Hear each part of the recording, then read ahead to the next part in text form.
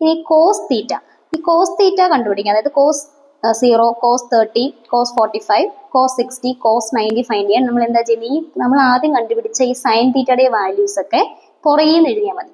അതായത് കോസ് 0 എന്ന് പറയുമ്പോൾ ഈ 1 ഇവിടേക്ക് എഴുതും. നെക്സ്റ്റ് കോസ് 30 എന്ന് പറയുന്നത് √3/2, cos 45 1/√2, cos 60 1/2, cos 90 0. Tan theta എന്ന് പറഞ്ഞാൽ sine theta divide by cos theta ആണ്. സോ ടാൻ തീറ്റയുടെ ഈ ബോക്സ് എഴുതാൻ നമ്മൾ ഈ മേളിൽ കണ്ടുപിടിച്ചേക്കുന്ന സൈൻ തീറ്റയും കോസ് തീറ്റയും കൂടെ ഡിവൈഡ് ചെയ്യുമ്പോൾ ഈ ടാൻ തീറ്റ എന്നുള്ള ഈ ബോക്സിലെ വാല്യൂസ് എല്ലാം കിട്ടും. അപ്പൊ ടാൻ 0 എന്ന് പറഞ്ഞാൽ 0/1. 0/1 ഈസ് 0. So tan 0 0. ടാൻ 30 എന്ന് പറയുന്നത് 1/2 ഡിവൈഡഡ് ബൈ √3/2. അപ്പൊ അങ്ങനെ ഡിവൈഡ് ചെയ്യുമ്പോൾ ഇത് രണ്ടുപേരെ ഡിനോമിനേറ്റേഴ്സ് കട്ടായി പോയിട്ട് നമുക്ക് ആൻസർ 1/√3 എന്ന് വരും.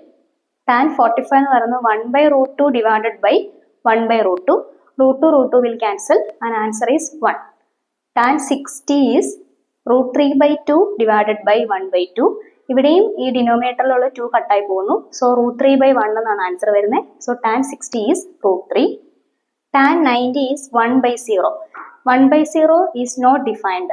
So tan 90 is not defined.